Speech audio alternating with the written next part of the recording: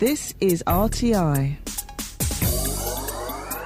It certainly is, and it's Eric Wiltshire at the helm on a Friday, as per normal, and it's very cold. I'll tell you about that later. Anyway, I'm Eric Wiltshire. We're at the base of the glorious Tatry Mountains, covered in snow, and in fact there was a blizzard here this week. My good gosh.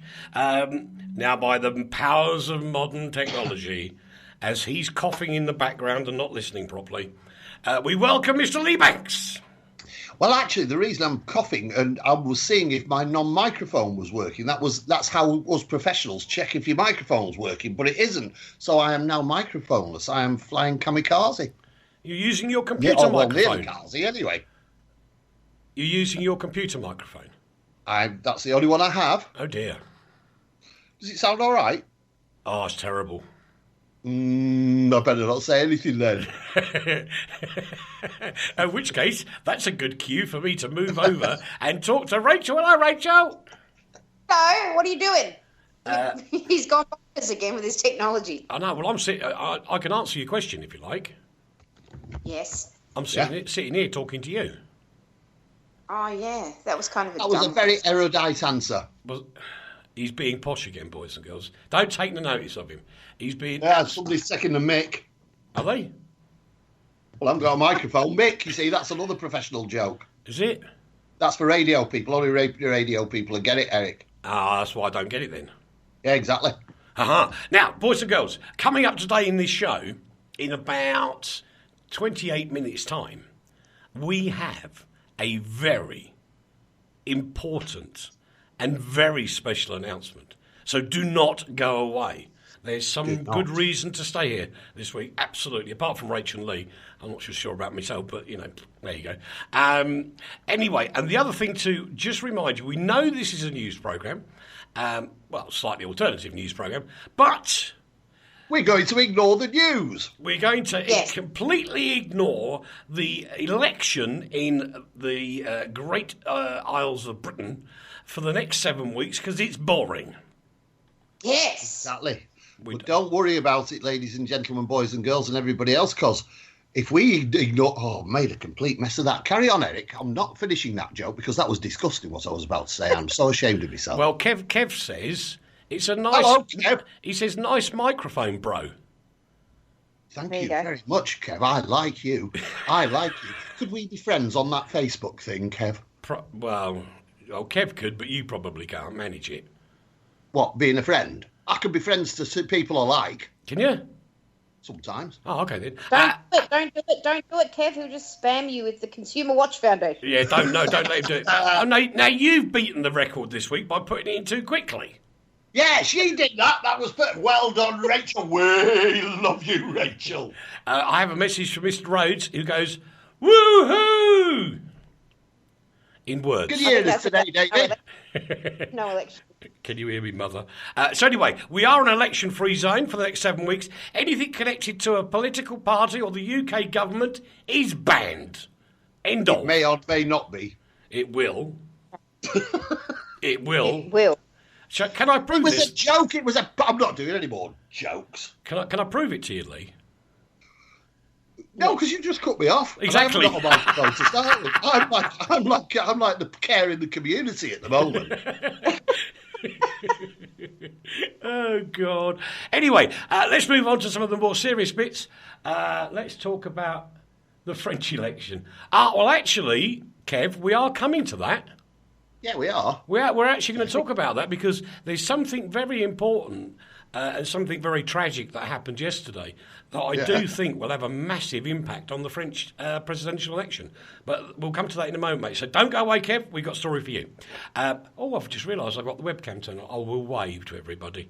There we go. I'm waving. You're waving as well. I'm waving. Yeah, but it's radio, Lee, and they can't see you. I'm just being friendly. Okay. I'm being friendly to my new Facebook friend, Kev. Oh, right. Now, if I say this the way it's written, I'm going to get into trouble, so I'm not going to say it at all, and I'm going to let Mr. Banks introduce the first of our Real Gone kids, a theatre director who's gone to the other place. Well, it's actually Michael Bogdanov. which I think is spelt wrong because I thought it was Peter Bogdanovich when I put it on, but it isn't. It's Michael Bogdanov, who I've never heard of. But he's a theatre director who was age 78 when he died, and he was very famous for doing work at the English Shakespeare Company. He did The War of the Roses, he did everything, but I've no idea who he is. Rach? Well, you should know who he is because who's that dreary singer you like?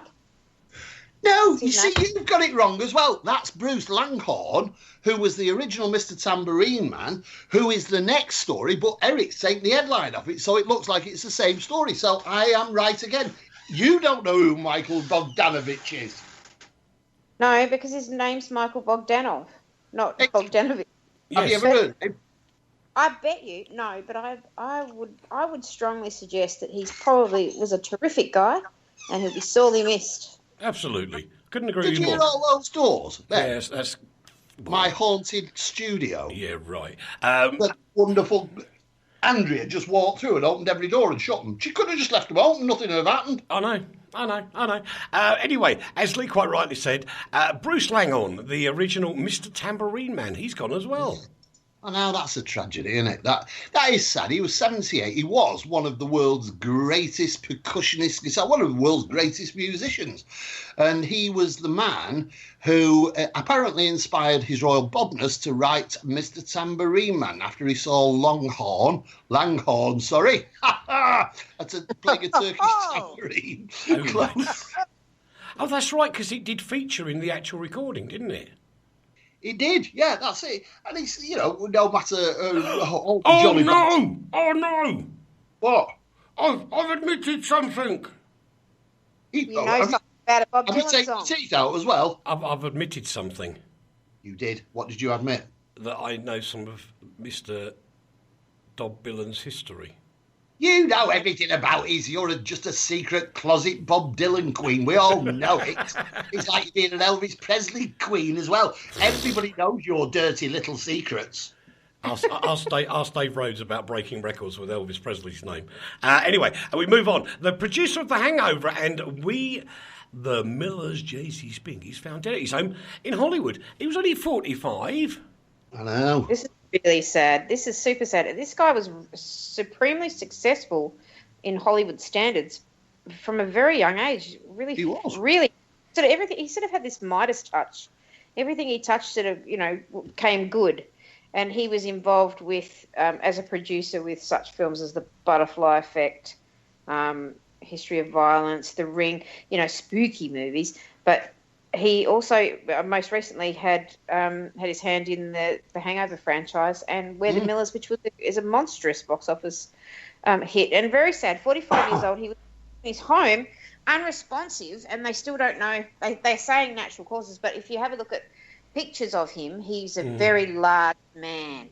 Yeah. Yes, that's what? Dave says it's true. What's true? Oh, about the Elvis records. Yeah, Eric made every Elvis record he got his hands on a smash hit. Yeah, Oh, treated him like a frisbee. Do you know, I'm going to have to move that screen closer so I can read it. I really wish dear you. I me. feel you're struggling. It's just such a long way away. Can I slip a new dead one in, the one that we've missed? Yes, of Who else course. is? It's sad. No, it's a really sad one. This bloke actually did quite genuinely live just round the corner from me for about 5 years, and we used to go for a beer together now and again. And that was England footballer Hugo Ehego, who's died in hospital after suffering a heart attack at Tottenham's training ground. He was only 44 himself. I know. That's very young. Gosh. Oh, my It is, isn't it? Lord. Something else. We've got another news announcement just coming. Oh, aye. Kev is Kev. giving 100 likes. 100 Yeah. likes on you now to his will-be new Facebook friend Lee. See? It can't go any further though, Kev. I am a chaste man. There are many people chasing me. Yeah, That's true. yeah. You used to say it on the telly, Kev, all the time. Chase me, chase me. A singer who shot to fame as a member of the Choir Boys band has died at the tragic age of 23 after falling under a train near his Essex home. That is really sad. That's a terrible one, isn't it? Honestly, Really horrible. is. Yeah, Patrick That's horrible. Asprey. What on earth? What on earth happened? He basically he became famous with the Choir Boys. I don't know if you remember them. They weren't particularly that famous, but they were a boy band, and He was a pretty lad, though, wasn't he? Very handsome lad. he was very handsome. I would hesitate to call him pretty. He was pretty, though. but he just Not now, is he? No. Well, Mate, he Joel. gets Sorry. on for it bits too. Oh no! I've got this horrible story in my head of two rail workers talking after describing what happened to a jumper, as they call them, but I don't think it's really appropriate for now. No. No, probably not. I had a minor heart attack when I saw this story in the run sheet, because there is a very famous Australian band. Actually, I'm so glad that you brought that up, Rachel. Thanks, Rachel. Thanks, Rachel. Because when I come and visit Uncle Eric in the new year, and I hijack the studio, I'll play you some tunes from this very famous Australian band called the Choir Boys, who are much better than their boy band, I'll wager. Oh yeah, because that's the earlier Which one Choir of the Boys. Choir Boys has died? Oh my god, which one, oh my god. And then I realised it was not the Choir Boys I was thinking of. So No. there you go. I think we might have to clear an hour for Rach to play some Aussie music. Yeah. I think you better. I think we will. Yeah. Yeah. There's some very good Aussie music about. There is actually I play quite a lot of Aussie music. AC/DC. Right, just start there. I mean, that's the first hour there. Yeah, I know. mean, you sure you do? I'm on a highway to hell. And the real gone kids that we have just mentioned are on a highway to hell. They're all lovely people, and they're all going on a stairway to heaven. Oh, very good. Very thank you. good. Really tragic, this, but I'm saddened by it in two ways. As a young lad who was driving a racing car, age 17, and he's now just been woken up from a coma and wants to race again. He crashed into another car about 160k, which is right, this static car. And he went boof straight in the back of it. End result, he's had to have one leg amputated below the knee and one leg amputated above the knee on the thigh. Yeah. And both Lewis Hamilton and Jenson Button have been helping raise £380,000 for Billy Munger. Now, Billy was an amazing racing driver. He would have been a Formula One driver. There's no doubt about it. He started in karts and built his career up and up and up and up and up. And I think Jenson donated £15,000 himself. And Lewis has been in there helping as well. And it was a Formula 4 race in Donington. And it's the way you progress to Formula 1, where you start with karts, you go to Formula 4, end up to Formula 2, and then you go up to Formula 1.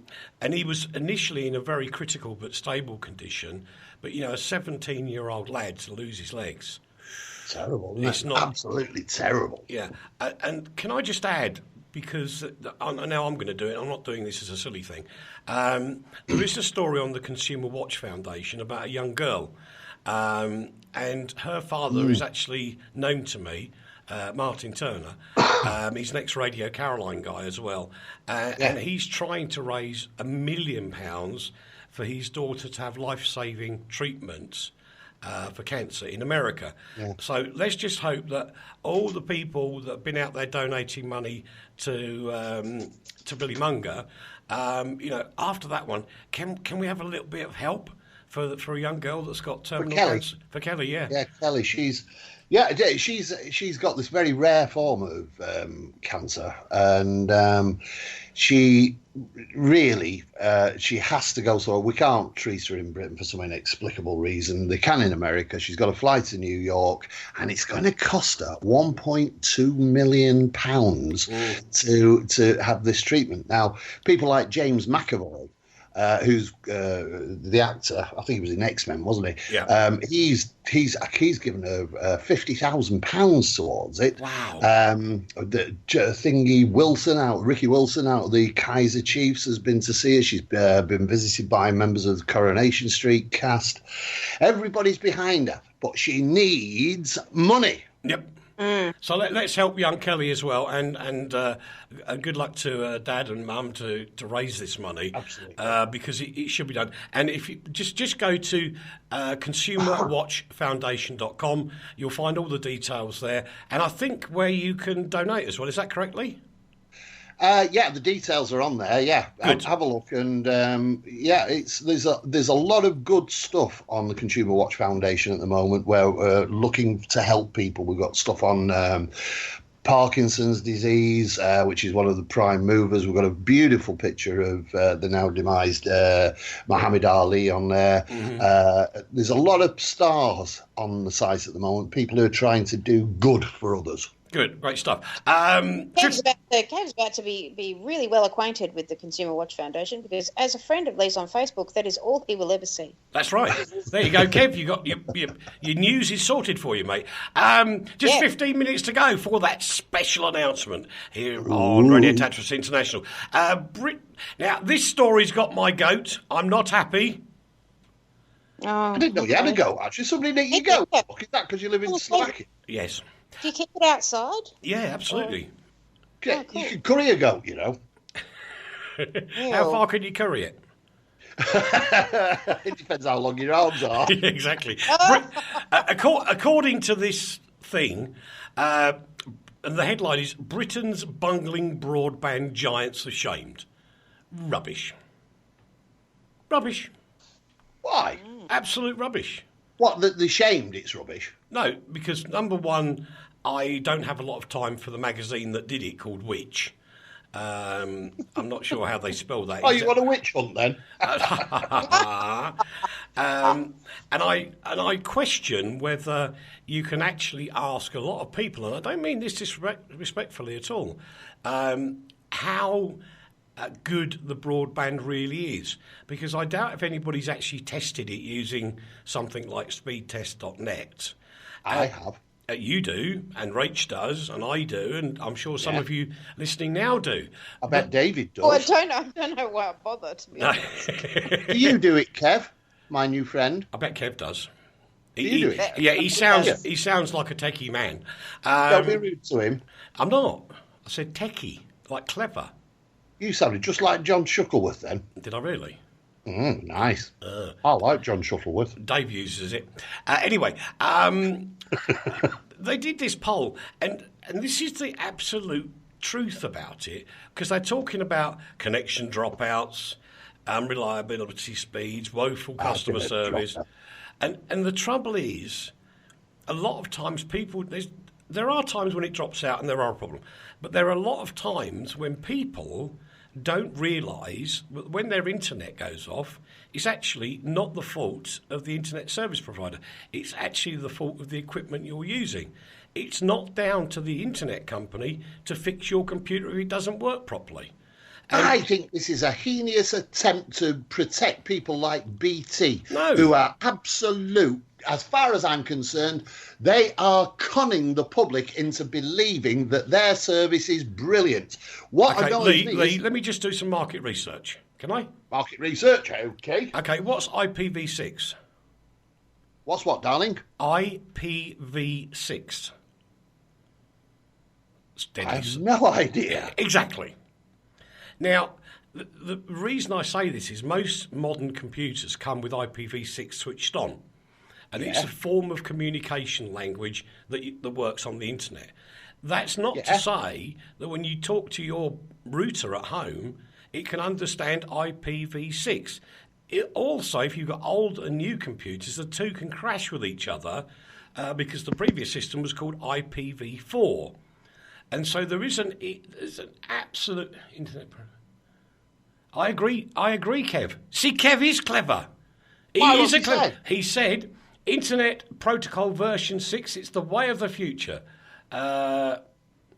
Oh, me and Kev are going to have some really interesting conversations now. Because you're quite right, Kev, we're out of IPv4 addresses. But the trouble is, when you've got old kit that only works on IPv4, you put IPv6 with it, and the two clash, and you have problems. And routers are not good at that. And are you interested in this, Rach? It's really interesting, isn't it? It's riveting. In fact, I'd rather talk about riveting. I'm only interested when he says router. And the truth is, it's proven my point, because you didn't know, Leigh, and I wouldn't expect you to. I really wouldn't. Why didn't you ask me then? Because they do a survey. Stupid. No, not at all. They're asking consumers to do a survey on something where the consumer doesn't have enough knowledge to give an actual informed answer. Yes, but you don't need to have the knowledge to give them an informed answer.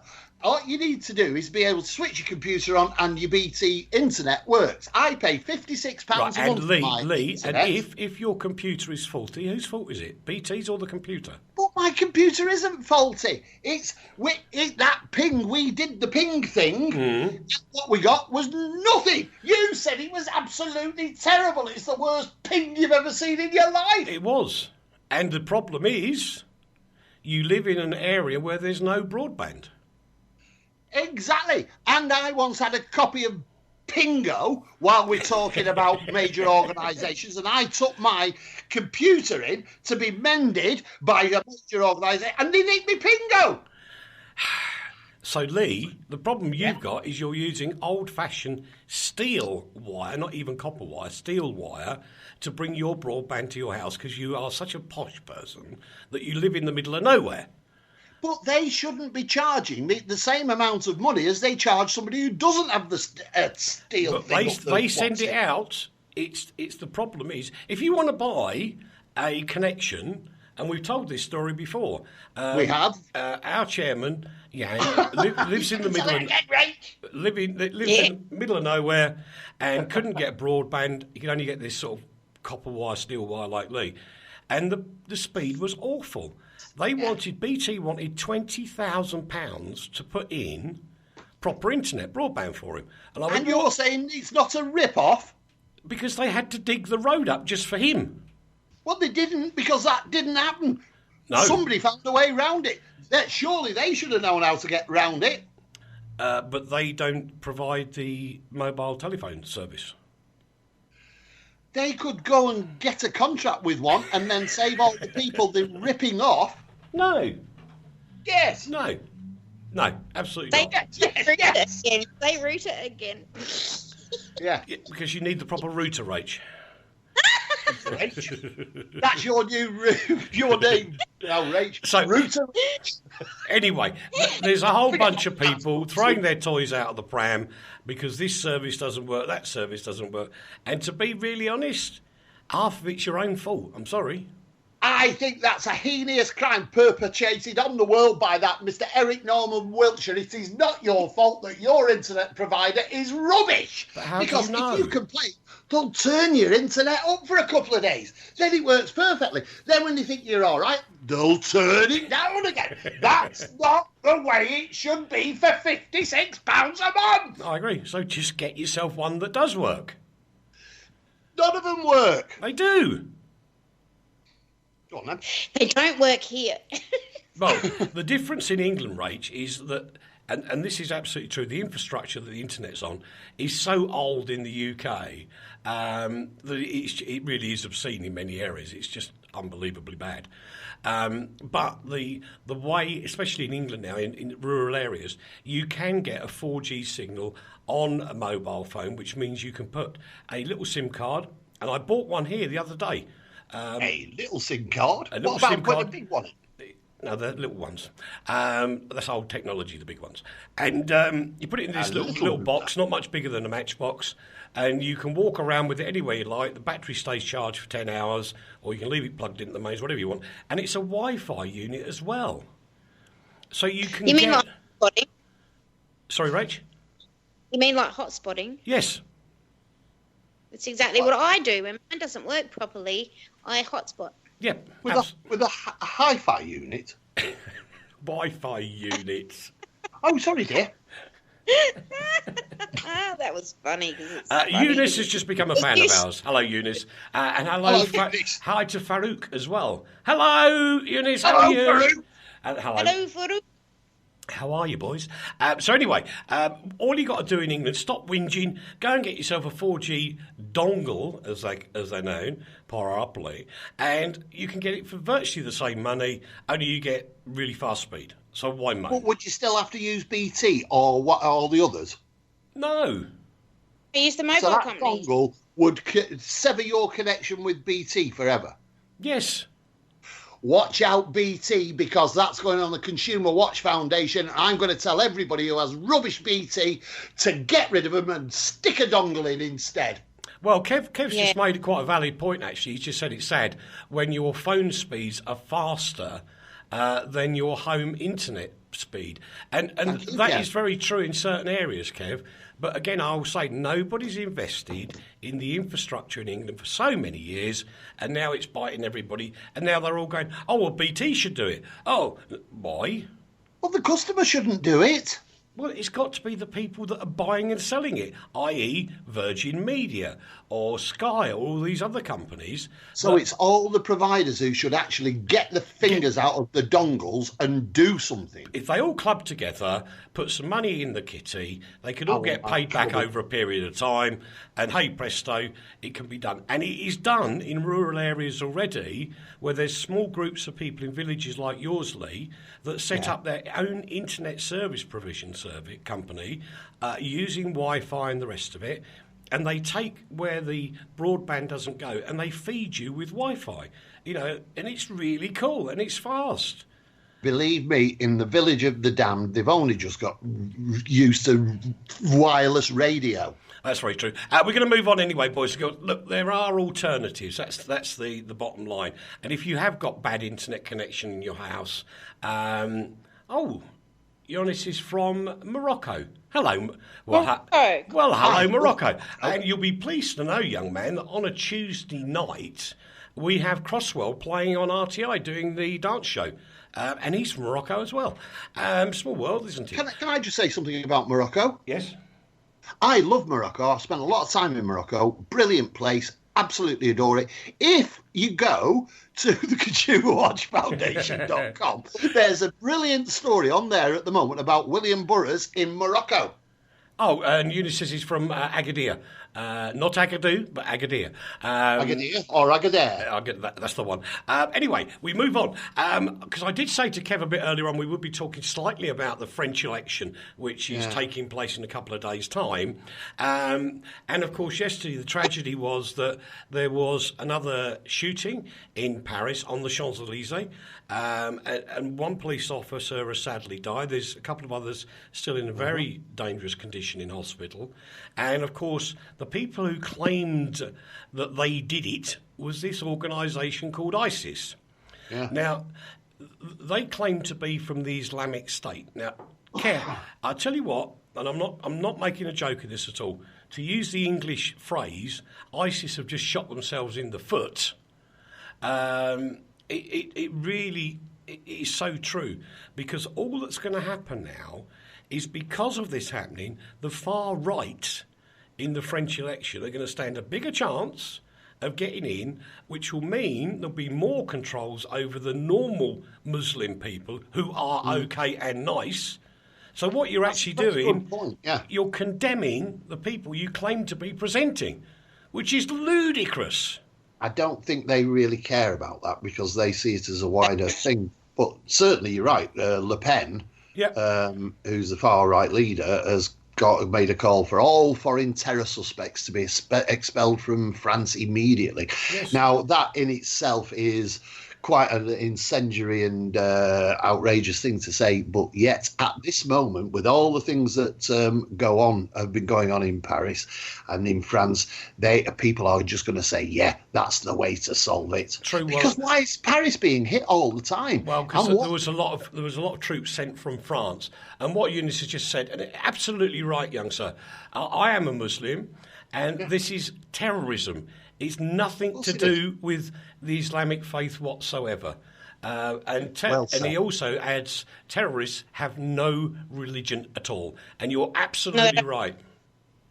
Well, they believe they've got a religion. You can't take the fact that they act in that way because they believe they have a religion, and that's part of the problem. But the problem here in Paris, France needs to be asking itself, why have there been so many terror attacks? Because they were openly perceived as sending lots of people to fight against ISIS. But the fact. It's not the point. The point is that they knew this man. They had him down as a terror suspect. They'd held him at the tail. Everything. They let him out to go and kill. And Eunice, you're absolutely right. He actually right. I hate all comparisons with Islam and terrorism. And you are so spot on, sir. You are so spot on. So spot on. Yeah. It annoys me intently. And he's just explaining to us that it is actually a peaceful thing, Islam. And it is. It is such a peaceful religion. And if you actually got round to reading the Quran or any of the sort of shortened executive summaries of the Quran, which you can do, you would understand what ISIS are doing actually is a sin. Of course it is. It's not right at all. There is a question I'd like to ask and see if we can get an answer from the people in the chat room, because I really don't know the answer to this. People of Muslim persuasion, how many of them are actually fighting ISIS because ISIS are misrepresenting them in such a dramatic and awful way? How many people of the Muslim world are actually fighting them? This is not a trick question. It's actually, there's a lot. There's a lot. I'm just wondering if we can quantify, if somebody out there knows. I can't give you the numbers, Lee, but there are a lot. And as Eunice says, come to Morocco to see the real Islam. And he's right. Because you don't know. Yeah, as I say, I spent a lot of time in Morocco and I love it, yeah. It's absolutely... The thing that always concerns me when these things happen and political parties react, and this lady, what's her name? Sorry, this far-right candidate? Marie Le Pen. Thank you. Yeah, she's called for a closing of all mosques, and what she's doing and what people. There's a woman in Australia who is very much the same, and what this does, that it does exactly what ISIS want for us. It divides us. It's very divisive. Divides and separates. Yeah, and so what she's doing is she's playing right into their entire ideology of separation, fear, hatred, etc., etc. She's just perpetrating that, and it's shameful. And on a day, she shouldn't be talking about anything at all. She should be and being respectful on it when these terrible things take place. Not calling for this and calling for that. Yeah. It's outrageous. Use it as a political platform is disgusting. They're using it as a political football, and it's wrong. He's just totally wrong. And again, I'm agreeing with Morocco every time today. And Eunice says, I love all messengers of God, and this is my religion. They just terrorists. They just represent themselves, not the religion. And they represent themselves under the guise of the religion. Yeah. And that's why I'm asking how many Muslims are actually standing up against them. And I don't mean that in a nasty way. I just do not know what Muslim countries are actually fighting them, apart from the obvious ones, obviously. But throughout the world, the Muslim nation, the Muslim people, why don't they not rise up against the terrorists the way we have? They have been doing, Lee, and there's many senior members of Muslim committees around. They've been on television in the UK, from the USA as well. Yeah, I understand that. And they've been saying, look, this is not us. And if you cast your mind back hundreds of years and you think of, the way that Christians went into the Middle East all those years ago with the wars, I mean, they were saying, oh, God is with us. That was rubbish. It was absolute rubbish. And they were no more with having God on their side than when, and I know he was an atheist, but he did go to church, when Hitler went to church and said, we've won the battle, thank you, God. And it was nothing real about it whatsoever. It was just a PR stunt. And that's all it was. It wasn't real. I'm sorry, I'm ranting now, aren't I? No, the war in the Middle East is such a difficult thing to quantify, but you've got to look at who started it, Absolutely. Yeah, go back a few years. We're going to be a bit lighthearted for a second, boys and girls. I promised you an extra special announcement, which is coming up right now, so I'm going to shut up. The other two are shutting up already. And this is so cool. It really is so cool. Radio history in the making.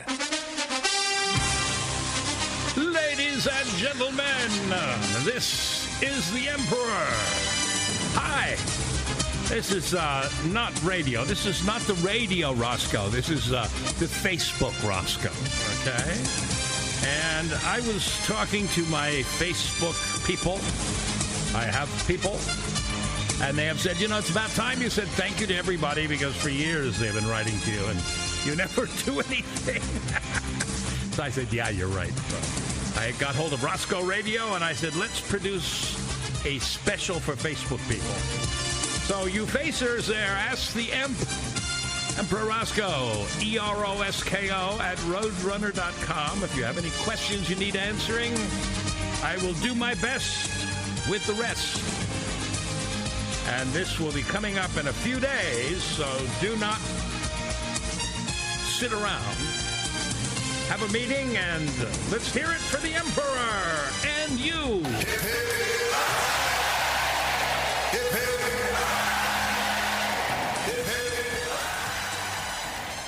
Hi, Eric. You should have been here for this, directing. Oh, sorry, Emp. I didn't mean to not be here. I'm very, very sorry, Emp. I think I've just been chastised by Mr. Rosko. Well, yeah. He's my friend. Is he? Well, there you are. There you are, boys and girls. It is a one-off special. It is history in the making. Emperor Rosko is going to open himself up to you. So if you've got questions, go over to Rosko. It's official Emperor Rosko. It's on Facebook. Send him a message or email him, as he said on the message just now, ROSKO, Rosko. Well, even if you can't get there, come to us and we'll pass on the messages for you. I've got one more thing on the French terrorists, and this is from Eunice as well, and I thank you for it, Eunice. It's a lovely thing to say. He says, there is respect, and I have respect, for all religions, because my prophet Muhammad has peace with them all. Yeah. And that is so true. That well is said. So true. Well said, that man. Investigators have been scratching their heads as to why a treasure trove... Now, don't all go and smash your pianos. Stop it. No. A treasure trove of gold coins was hidden in an old piano. It's been called, under British law, they had to go to court and get it all sorted out, but it's been called treasure trove, which means the man that found it, the piano tuner, and the place where it was, get the money, which is cool. Well, it isn't cool, really. Why? Well, first of all, I have to say that, yes, yet again, I live in the Midlands of Britain, and this happened just down the road from me as well. I know, that's what made me get... As soon as I saw Shropshire, I thought, it was Leigh who gave him the piano, the fool. No, my piano's outside in the garden at the moment. But no, it's Bishop's Castle. Now, the tragedy of this story... Just a minute, Rach and I just had a sharp intake of breath there. Why? Yeah. You can't just say that a piano is outside and just walk away from that without me asking you a ton of questions. Yes. Go on, then. What's going on? Why have you got a beautiful Steinway garden? Why is it not indoors and being played? Well, it basically was in the house for many, many, many years, and it's a beautiful piano. It's got all brass inlay in the wood and everything. It's got the candlesticks on it, and all sorts of Rach, if you haven't like seen that. a picture of it yet, it's an upright grand. It is. I am even more horrified now that I have a visual of this lovely instrument being outside. It's beautiful. It's beautiful. My dad and I are going to come over to your house and beat you senseless. No, you can't do that. Yes, no, I can. I knew. You know I'm coming.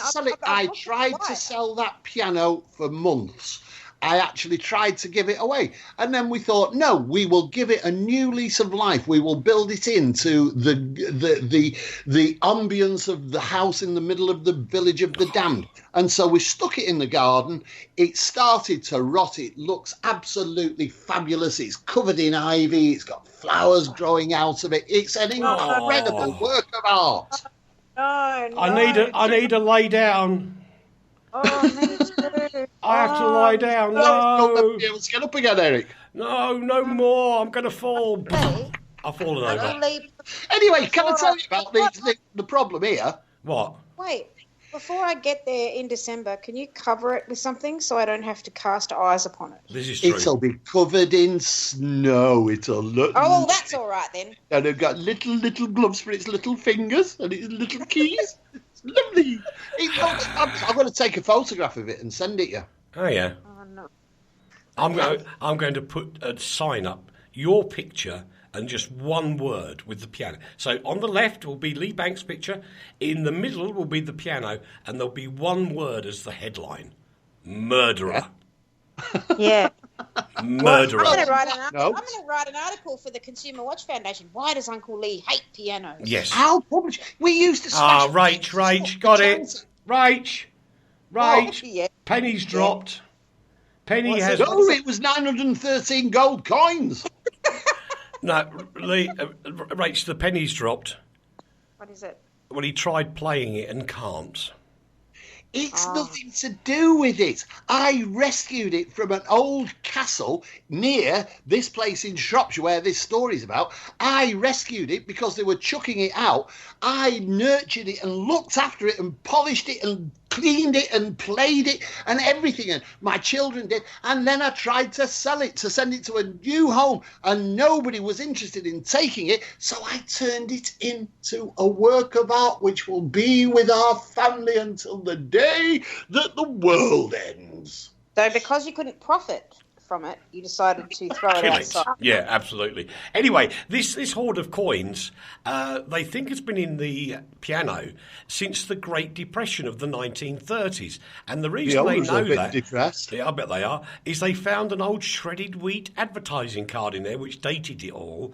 And they reckon that back then, when the average price of a house was £619. That's all it was. This would have bought you a house. But, of course... They bought you a mansion. Well, that's true. Yeah. Yeah. But anyway, this thing this is hundreds of thousands of pounds these days, and there you go. Anyway, we move on. Because, do you remember the song? Remember the song? Yeah. A spoonful of sugar helps the medicine go down. The medicine go down. Medicine go down. I was brought up on that.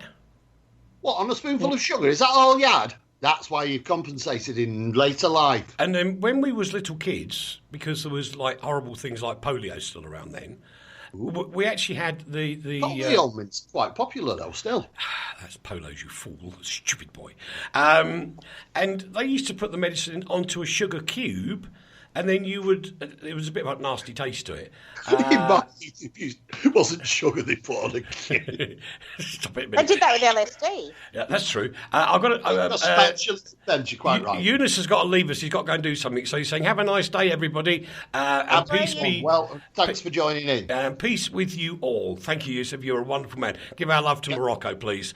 Anyway, we used to get medicines given us on sugar, and it worked very well. And half the reason, and I'm the world's worst on this, is when I was little, we used to walk around a lot. In today's world, we do nothing. Yeah, I used to walk around because it was the days of the horse and cart. And it's got nothing to do with, the manufacturers and the retailers and all the rest of it. The sugar-free drinks have been there for decades and decades and decades. And in fact, one of the drinks that they used to give patients to make them better is full of sugar, and that's called Lucasade. Lucasade, best hangover cure there is in the world. Well, there you are. And now... I'll bring you some. I'll bring you some when I come see you, Uncle. There's a better one than that here. I know, because you're going to have some hangovers. This is I look forward to it. There is so much research now that we know that sugar is basically poison, and it's very, very bad for you. And I am appalled that any hospital sells it to begin with. Yeah. Like that this is even a question is completely beyond my understanding. Can I know that. Can I qualify something, Rach? Yes. Can I qualify something? And you know this for a fact. There are two types of sugar. Yes, The one that's very bad for you is the white, incorrectly named refined sugar. Oh. Because it's not refined in any way, shape, or form. Now, it's the fructose. The fructose we don't like. Yes, exactly. And the natural sugar that you get from canes and root vegetables and things like that, that is okay. Yeah, in very small quantities, it's okay. Small quantities, it's okay. Because it's basically a carbohydrate. So yeah. But surely isn't what Eric said actually very true? That when it didn't matter in the past because we actually all did do some exercise instead of sitting there staring at either a television screen or a computer screen. No, because back in the day, we also thought smoking wasn't going to kill you, and True. There was it's just know more about it today than we did before, and we know that it's very very bad for you, very dangerous. I've got a big question for you two. Ooh. So they've gone through all this research with cigarettes, and that's quite right, and they are right. They've then moved on to various other subjects on the way through. Now they've got to sugar. Yeah. Never once has there been this outpour of real anger towards anything we put into our bodies. And the one thing that gets missed every time is alcohol. Well, yeah, but you see, then you go right back to the original argument about humanity and drugs. Humans, every animal in the world has its own drugs. Catnip for cats, sheep love magic mushrooms. We like alcohol. The reason alcohol has never really suffered is because of the amount of tax that it earns for our government. Thank you. And respective governments all around the world. That's why it's a drug that will always remain legal despite the amount of lives it ruins and livers it destroys, etc., etc., etc. But sugar doesn't fall under that umbrella. But it is basically poison. It's not good for you. There is no way on earth. Having said that, I did bake an enormous batch of brownies and take it to my colleagues today at work. You naughty girl! You naughty girl! This story's next story's been chosen especially for Rach. I'm so excited. I love it when a story gets chosen for me. Let's have a look. Kev's got a solution to all of it. He'll put some sugar in his alcohol. Oh, Kev. Alcohol is basically sugar. I know. Kev, you got to stir it. You got to stir your sugar into your alcohol whilst smoking a cigarette. No. Actually, quick story, we just got time. I once decided to brew a huge barrel full of beer when I was living in the middle of nowhere. And unfortunately, it was one of those old houses that didn't have central heating. So it was wood-burning fires and things like that. So I put the beer in thinking I'd make it all for Christmas. So I put it into the pantry. Unfortunately, the yeast didn't start going off, so there wasn't very many blips going on. Yeah. And I thought, well, I know what I'll do. I'll put another bag of sugar in it. That'll fix it. So I've put a whole big bag of sugar in, on top of the big bag of sugar I've already put in, which was too much anyway. And my mate comes around and said, what are you doing? He said, I said, I'm making some beer. She said, it won't work there. Oh, why? He said, it's too cold for the yeast to start fermenting. Oh, no. I said, well, how do we get round that? He says, well, we'll go into the town and we'll buy a little, you put a little belt round the barrel and it heats it up a little bit, just keeps it sort of tepid, and then it'll work. And we thought, next day, there it was, blip, blip, blip, blip, blip, blip, blip. Thought, this is marvellous. Come Christmas, we bottled it. We didn't cheat beforehand. And then we tried to drink it. Probably should have. Oh, my Lord. I think one egg cupful would have put you over the legal driving limit. Really, sounds good. Give me the recipe. It's my grandmother's recipe. Yeah, naughty grandmother. Anyway, Very quick homebrew story told in 30 seconds. I once did homebrew at home, got to the bottling stage, realised I hadn't got any bottle tops, so I'd got 24 bottles of beer there, so I put my children's balloons on the top of each and sellotaped them on. It looked fabulous. All the balloons started to get blown up. My kids loved it. They used to go in there, watch the balloons. Then one night while we're in bed, all the balloons burst. Yeah, they would do. I've got a quick homebrew story for you. It takes 3 seconds. Brew, never done it. Right, we've talked her out. We filibustered her on the Australia story now, Eric. No, we haven't. Anyway, Apple has officially joined the race to design self-driving cars, Rachel. That's Yay! what we're going to do, though. They want to kill us all. That's great. I still would like my Apple iPhone 7. Thank you very much. The good people of Apple, please send it to Uncle Eric at RTR. I'll pick it up in January. And let me say, everybody in Newport, which is just outside the village of the damned, we already have driverless cars because nobody in that town is bothering to drive at all. Okay. Australia's announced plans for tougher rules on everyone that wants to become a citizen, including the need to know allegiances to the Australian values. Australia's got no values, so it's a load of rubbish. That was erroneous and hurtful. That was. I'm so sorry. I'm so sorry, Australia. I think you have loads of values. We've got a few. And kangaroos. I'm sorry. I'm just killing myself. Kev, you're a diamond. You are a beautiful find. You're wonderful. Kev says, will you need to send it into your Apple car shop for a new one when it breaks? Only if it's a core problem. But I bet you if it did break, you get the pip. Yeah, exactly. Rachel, carry on with your story. This is very rude of us. It is really, and it is. No, I blame What Kev. values does Australia have, though? Well, we do. We have the value of good on you, mate, and we have. No, we're changing all the rules to a bunch of stuff, 457 visas, etc. But we're also changing the way in which you can get your citizenship, and we're extending it from 1 to 4 years. I think you have to have been. The application's going to take you now, so it's going to take a while.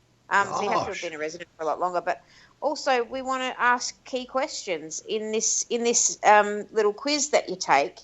Things like, at what time is it appropriate to beat your spouse in the house? Yeah. Right. That's a trick question because the answer is never. It's never all right to beat your spouse. Is that when they're actually asking that? Yeah. That's what they want to ask. That's what they're proposing. That questions like that. So write that for us, Rach. Write that for us. I will actually. What they're trying to do is weed out cultures that are okay with violence towards women in particular. And so they're asking these questions. When's it okay? So this is a racist move? No, it's not a racist move. It's a move to determine whether the people who are residents here who are applying for citizenship have integrated into the community enough to know what our Australian values are. Okay. Very interesting. Very interesting. It is interesting. I think that's a good story, actually. And do you know what? Yeah. I know I'm terribly English, and I know that, and I live in Slovakia. No, you're just terrible. Yeah, thank you. But, you do try and fit in, for goodness sake. I can't understand. Well, I don't get it. You go to Spain, don't you, Leigh? I do sometimes, yes. In fact, I'm going very soon, yes. Okay, and when you get there's these little enclaves inside of Spain, which I call Little England, where they've got the gates locked, they have fish and chips, they illicitly watch Sky Sports. And they hate the Spanish. Yeah, and they drink English warm beer. That is not mixing in with the normal community. Of course it isn't. Absolutely not. That's the thing. That's what Australia is already a really diverse multicultural country. And what we're inviting people to do is come and live here, be a part of our community and join in with us and get the job done. But also when you are integrating into our community, take on our values, but also share with us the good stuff that you bring from where you're from. Yes. So, but don't share with us the bad let's bits. Beat our women. Let's let's That's Sharia That's law. amazing, and that's all yeah. that. Absolutely right. Do you not think? That's what they're trying to do. Do you not think it's a bit draconian what they're doing, though, the way they're handling it? No. No, because what we have is exactly what you just mentioned, Uncle Eric. What we have is we have these pockets of the community where people won't learn the language, won't integrate, won't do this or that, and they don't take on our values and join our way of life in this country as a community. It's not about us and them. It's about everybody being involved in the community equally together. Well, let me put it this way, Rachel. If somebody came from Saudi Arabia, for example, where they drive on the opposite side of the road, like America, and like we do here, you go to Australia, you don't expect Australia to let you drive on the wrong side of the road when you get there, do you? No, that would be absolute madness. And although sometimes Melburnians drive. Well, like there is that too as well. Yeah. But I mean, you have to. It's a very, very, very erudite point, if I may say so. Thank you. Gosh. Look, listen, I'll tell you what, we're going to just remind you of that magical message before we finish the programme today. We've got time for one more story after this, but this was the magic announcement of the day, which is a bit of radio history. Radio history in the making. Ladies and gentlemen, this is the Emperor. Hi. This is not radio. This is not the radio Rosko. This is the Facebook Rosko, okay? And I was talking to my Facebook people. I have people. And they have said, it's about time you said thank you to everybody because for years they've been writing to you and you never do anything. So I said, yeah, you're right. So I got hold of Rosko Radio and I said, let's produce a special for Facebook people. So you facers there, ask the Emperor Rosko, EROSKO at roadrunner.com. If you have any questions you need answering, I will do my best with the rest. And this will be coming up in a few days, so do not sit around. Have a meeting, and let's hear it for the Emperor and you.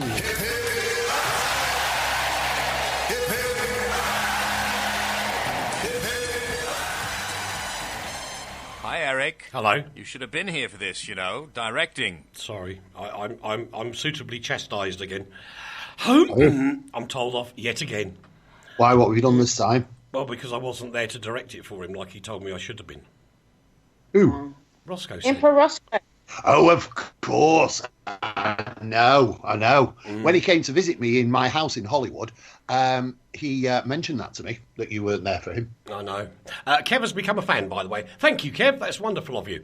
Good on you, are Kev. super. Australia is considering, I have to be really quick, Rach, culling the shark population following a 17-year-old girl who died. And it is tragic when this happens, but, do you know, half of me says the sharks were there first. Exactly my point that I was going to make, and you made it for me, and I appreciate it. And I agree with you too. This poor little girl, Letitia, she was surfing with her dad. Her mum and her sisters were on the beach. She got attacked by a shark. Shark took her leg. Dad got her to shore, but her injuries were too horrific, and she died right there in front of all of them. Awful thing. It's really awful, and sharks are a real problem in Australia. But my feeling is it's their house. Yes. We're in their house, and we should be the ones taking measures not to get in trouble. So culling them is not an option. I mean, Rach, are they going to get rid of the spiders in the dunny as well? Well, exactly. I mean, nobody bothers about them anymore. I mean, you do a little bit when they bite you on the backside, but oh well. Yeah. They need to employ the new drumnet technology. They need to employ science. Cool, as you know, I'm a big, huge fan of science. Mm-hmm. There is a way to make everybody safe in the ocean, including the sharks whose house it is. Correct. We've got just enough time to find out what Rachel's up to this weekend. Oh, in the morning, at 7 o'clock in the morning, I'm getting gigantic Super King bed delivered because Rob and I are too tired, too old and too fat to remain in the small bed we're in now. Then we're going to a show at the Melbourne Comedy Festival. And so you go to the comedy festival with this program, right? Yes, of course. Probably. And And then after that, we're going to do a whole lot of nothing, I think. On Tuesday, I've just got to quickly say, on Tuesday, it's Anzac Day in Australia. Mm-hmm. And fantastic day where we commemorate all of our war veterans from the Australia-New Zealand Alliance. And we all get together at dawn and we pay tribute to those people who gave us our freedom. And and thank you to everybody in Australia who commits to that. It's wonderful. It really is a marvellous scene. Leigh, over to you quickly. You got 15 seconds. I'm not doing it. I think I'll go out and play my piano in the garden. Well, okay. I wish you would. Yeah, I would as well. Sooty time. I can't remember how to do Sooty. Oh, no, I'll just do John Shuttleworth, if that's all right. Bye, everybody. Bye-bye. Rach? Goodbye, everybody. Who was that? I have no idea. I have no idea. That was Postcard from Poprad, boys and girls. Coming up next, Steve is going to be delving into his library of those old 45s. We'll be back on this channel next week. Have a great weekend. Enjoy yourself, but stay safe.